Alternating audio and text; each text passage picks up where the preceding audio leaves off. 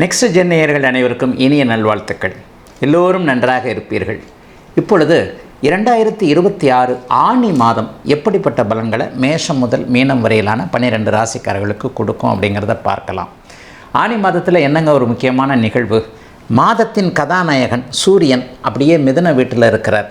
உண்மையை சொல்லப்போனால் இந்த மாதப்பிறப்பு, தமிழ் மாத பிறப்பு எல்லாமே சூரியனை அடிப்படையாக கொண்டது. சூரியன் முதல் நாள் வரும்போது ஒரு மாதம், அந்த மாத கடைசி முடிந்த 30வது நாள் 31வது நாள் முடியும் போது அடுத்த மாதம் பிறக்கும். அப்போ ஆனி மாதத்தில் எப்போதுமே சூரியன் காலபுருஷனுடைய 3வது வீடு என்று சொல்லப்படக்கூடிய மிதுன வீட்டிற்கு வருவார். அப்போ அந்த மிதுன வீட்டில் அவர் உங்களுடைய ராசிக்கு எத்தனையாவது வீட்டில் வருகிறார் என்பதை பொறுத்து இந்த மாத பலன்கள் கண்டிப்பாக நடக்கும். சூரியன் எப்போவுமே 3, 6, 10, 11ஆம் இடங்களுக்கு வரும் பொழுது உங்கள் ராசிக்கு 3, 6, 10, 11ஆம் இடங்களில் வரும்போது உபசய ஸ்தானங்கள்னு சொல்லுவோம். வெற்றியை கொடுக்கக்கூடிய இந்த ஸ்தானத்தில் 3, 6, 10, 11 வரும் பொழுது மிகப்பெரிய நல்ல பலன்களை கண்டிப்பாக செய்வார். இந்த மாதம் செவ்வாயுடைய மாற்றமும் நடக்குதுங்க. ஆனி மாதம் 10ஆம் தேதிக்கு பிறகு பார்த்திங்கன்னா செவ்வாய் தற்போது இருக்கக்கூடிய ஆட்சி வீட்டிலிருந்து சுபத்துவ வீடு, சுபருடைய வீடுன்னு சொல்லப்படக்கூடிய 2ஆம் வீடான ரிஷப வீட்டிற்கு அவர் மாறுகிறார்.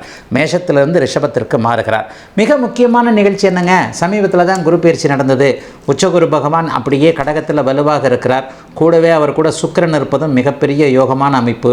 சனியால் துன்பப்பட்டு கொண்டிருக்கக்கூடிய விரயச்சனி, அஷ்டமச்சனி, கண்டச்சனி, அர்த்தாஷ்டமச்சனின்னு சனியால் துன்பப்பட்டு கொண்டிருக்கக்கூடியவர்கள் எல்லாரையுமே ஆறுதல் படுத்துகின்ற விதமாக இந்த சனிக்கு உச்சகுருவின் பார்வை கிடைப்பது என்பது சனியுடைய வாழை சுருட்டி வச்சுக்கிட்டு கொஞ்சம் இருக்கக்கூடிய ஒரு தன்மை.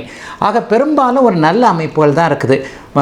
மாதாந்திர கிரகங்கள்னு சொல்லப்படக்கூடிய புதனும் சுக்கிரனும் ஓரளவிற்கு நல்ல அமைப்பிலே இருக்கிறாங்க. மாத ஆரம்பத்தில் மிதுனத்தில் புதன் இருந்தாலும் கூட அதற்கப்புறம் அப்படியே வக்ரகதியில் கடகத்திலும் அதற்கு பிறகு மீண்டும் மிதுனத்திலேயுமே இருக்கக்கூடிய தன்மைகள் இருக்கின்றன. ராகு கேதுக்களை சொல்லவே வேண்டாம், அவங்களுக்கு வக்ரகதியே கிடையாது. இப்போது கும்பத்திலும் சிம்மத்திலும் இருக்கக்கூடிய ராகு கேதுக்கள் டிசம்பர் மாதம் முதல் வாரம் வரைக்குமே அதே இடத்துலையே இருப்பாங்க. ஆக ஒரு 12 ராசிக்காரர்களுக்கும் கெடுபலன்களை, சாதகமற்ற பலன்களை அப்படி நடக்கும், இப்படி நடக்கும், இந்த மாதிரி ஆகிடுவீங்க, அந்த மாதிரி ஆகிடுவீங்கன்னு சொல்லக்கூடிய அளவில் நிச்சயமாக மாற்றங்கள் இல்லைங்க. செவ்வாயுடைய மாற்றம் நன்றாகவே இருக்கிறது.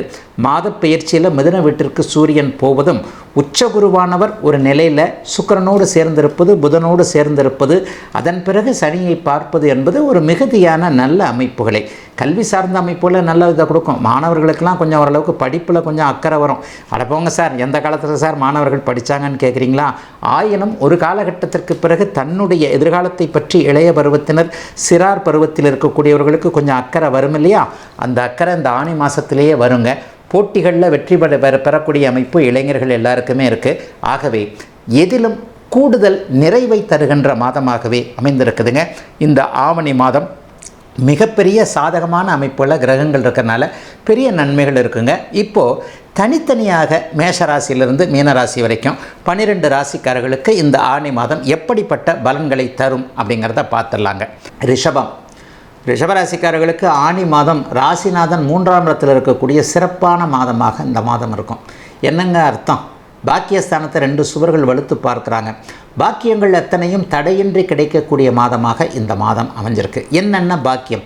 அவரவருடைய வயதிற்கேற்றார் போல தான் இந்த பாக்கியங்கள்லாம் நடக்கும். நியாயமாக பார்த்திங்கன்னா 10 வயதுக்காரருக்கு 20 வயதுக்காரருக்கு ஒரு மாதிரியாக, 40-50 வயதுக்காரருக்கு ஒரு மாதிரியாக, 70 வயதுக்காரருக்கு ஒரு மாதிரியாக தான் தேவைகள் இருக்கின்றன இல்லையா? இதுவரைக்கும் கிடைக்காத பாக்கியம் உங்களுடைய வயதிற்கேற்றார் போல கிடைக்கக்கூடிய தன்மைகள் இந்த ரிஷபராசிக்காரர்கள் எல்லோருக்குமே உண்டு. 4ஆம் அதிபதி இப்போது 2ஆம் இடத்தில் இருக்கிறார். இது ஒரு மிகப்பெரிய நல்ல மேன்மையான ஒன்று.